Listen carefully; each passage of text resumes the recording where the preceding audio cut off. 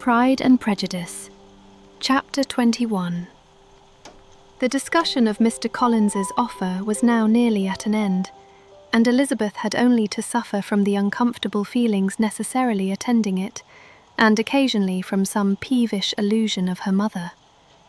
As for the gentleman himself, his feelings were chiefly expressed, not by embarrassment or dejection, or by trying to avoid her, but by stiffness of manner and resentful silence. He scarcely ever spoke to her, and the assiduous attentions which he had been so sensible of himself were transferred for the rest of the day to Miss Lucas, whose civility in listening to him was a seasonable relief to them all, and especially to her friend. The morrow produced no abatement of Mrs. Bennet's ill humour or ill health. Mr. Collins was also in the same state of angry pride. Elizabeth had hoped that his resentment might shorten his visit, but his plan did not appear in the least affected by it. He was always to have gone on Saturday, and to Saturday he still meant to stay. After breakfast, the girls walked to Meryton to inquire if Mr. Wickham were returned, and to lament over his absence from the Netherfield ball. He joined them on their entering the town, and attended them to their aunt's, where his regret and vexation and the concern of everybody were well talked over.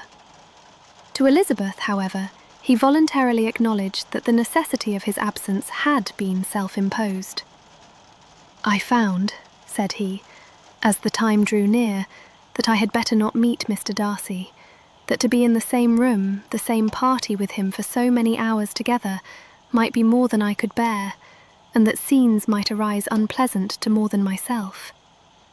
She highly approved his forbearance, and they had leisure for a full discussion of it, and for all the commendations which they civilly bestowed on each other, as Wickham and another officer walked back with them to Longbourn, and during the walk he particularly attended to her. His accompanying them was a double advantage. She felt all the compliment it offered to herself, and it was most acceptable as an occasion of introducing him to her father and mother. Soon after their return, a letter was delivered to Miss Bennet. It came from Netherfield, and was opened immediately. The envelope contained a sheet of elegant little hot-pressed paper, well covered with a lady's fair, flowing hand, and Elizabeth saw her sister's countenance change as she read it, and saw her dwelling intently on some particular passages. Jane recollected herself soon, and, putting the letter away, tried to join with her usual cheerfulness in the general conversation. But Elizabeth felt an anxiety on the subject which drew off her attention even from Wickham, and no sooner had he and his companion taken leave than a glance from Jane invited her to follow her upstairs. When they had gained their own room, Jane, taking out her letter, said, "This is from Caroline Bingley. What it contains has surprised me a good deal. The whole party have left Netherfield by this time, and are on their way to town, and without any intention of coming back again. You shall hear what she says." She then read the first sentence aloud, which comprised the information of their having just resolved to follow their brother to town directly, and of their meaning to dine that day in Grosvenor Street, where Mr. Hurst had a house. The next was in these words: "I do not pretend to regret anything I shall leave in Hertfordshire, except your society, my dearest friend. But we will hope, at some future period, to enjoy many returns of that delightful intercourse we have known, and in the meanwhile may lessen the pain of separation by a very frequent and most unreserved correspondence. I depend on you for that." To these high-flown expressions Elizabeth listened with all the insensibility of distrust, and though the suddenness of their removal surprised her, she saw nothing in it really to lament. It was not to be supposed that their absence from Netherfield would prevent Mr. Bingley's being there, and as to the loss of their society, she was persuaded that Jane must soon cease to regard it in the enjoyment of his. "It is unlucky," said she, after a short pause, "that you should not be able to see your friends before they leave the country. But may we not hope that the period of future happiness, to which Miss Bingley looks forward, may arrive earlier than she is aware, and that the delightful intercourse you have known as friends will be renewed with yet greater satisfaction as sisters. Mr. Bingley will not be detained in London by them. Caroline decidedly says that none of the party will return into Hertfordshire this winter. I will read it to you. When my brother left us yesterday, he imagined that the business which took him to London might be concluded in 3 or 4 days. But as we are certain it cannot be so, and at the same time convinced that when Charles gets to town, he will be in no hurry to leave it again, we have determined on following him thither, that he may not be obliged to spend his vacant hours in a comfortless hotel. Many of my acquaintances are already there for the winter. I wish I could hear that you, my dearest friend, had any intention of making one in the crowd, but of that I despair.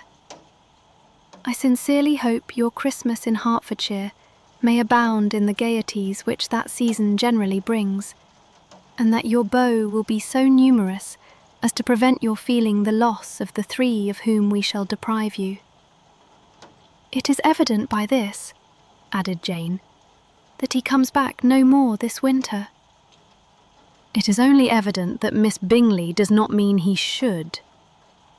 Why will you think so? It must be his own doing. He is his own master. But you do not know all. I will read you the passage which particularly hurts me. I will have no reserves from you. Mr. Darcy is impatient to see his sister, and to confess the truth, we are scarcely less eager to meet her again. I really do not think Georgiana Darcy has her equal for beauty, elegance, and accomplishments, and the affection she inspires in Louisa and myself is heightened into something still more interesting from the hope we dare to entertain of her being hereafter our sister. I do not know whether I ever before mentioned to you my feelings on this subject, but I will not leave the country without confiding them, and I trust you will not esteem them unreasonable. My brother admires her greatly already. He will have frequent opportunity now of seeing her on the most intimate footing. Her relations all wish the connection as much as his own, and a sister's. Partiality is not misleading me, I think, when I call Charles most capable of engaging any woman's heart. With all these circumstances to favour an attachment, and nothing to prevent it, am I wrong, my dearest Jane, in indulging the hope of an event which will secure the happiness of so many? What think you of this sentence, my dear Lizzie? Said Jane as she finished it. Is it not clear enough? Does it not expressly declare that Caroline neither expects nor wishes me to be her sister, that she is perfectly convinced of her brother's indifference, and that if she suspects the nature of my feelings for him, she means, most kindly, to put me on my guard? Can there be any other opinion on the subject? Yes, there can, for mine is totally different. Will you hear it? Most willingly. You shall have it in a few words. Miss Bingley sees that her brother is in love with you, and wants him to marry Miss Darcy. She follows him to town in the hope of keeping him there, and tries to persuade you that he does not care about you. Jane shook her head. Indeed, Jane, you ought to believe me. No one who has ever seen you together can doubt his affection. Miss Bingley, I am sure, cannot.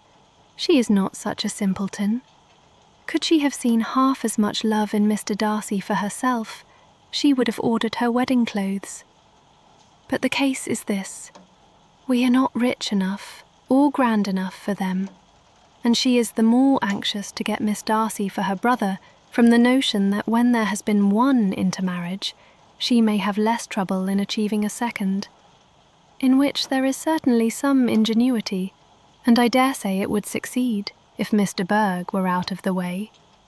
But, my dearest Jane, you cannot seriously imagine that because Miss Bingley tells you her brother greatly admires Miss Darcy, he is in the smallest degree less sensible of your merit than when he took leave of you on Tuesday, or that it will be in her power to persuade him that, instead of being in love with you, He is very much in love with her friend."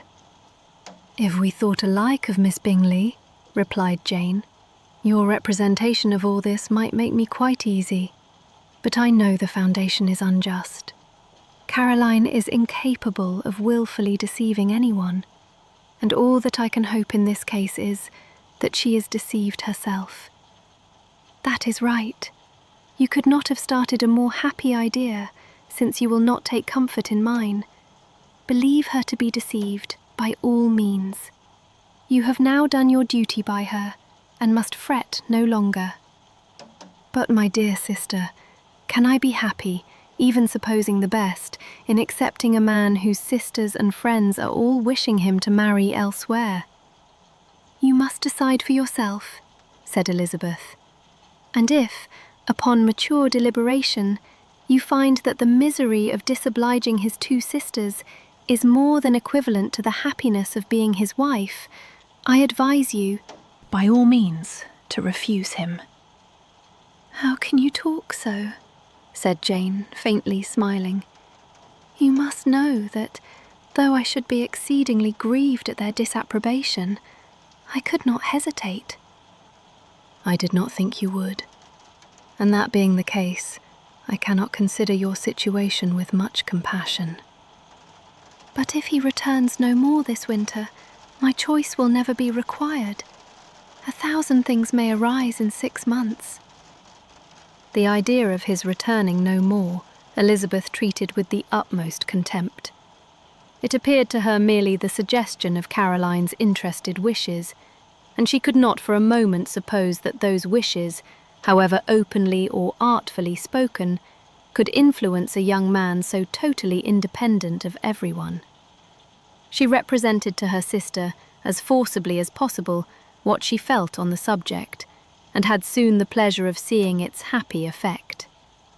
Jane's temper was not desponding, and she was gradually led to hope, though the diffidence of affection sometimes overcame the hope, that Bingley would return to Netherfield and answer every wish of her heart.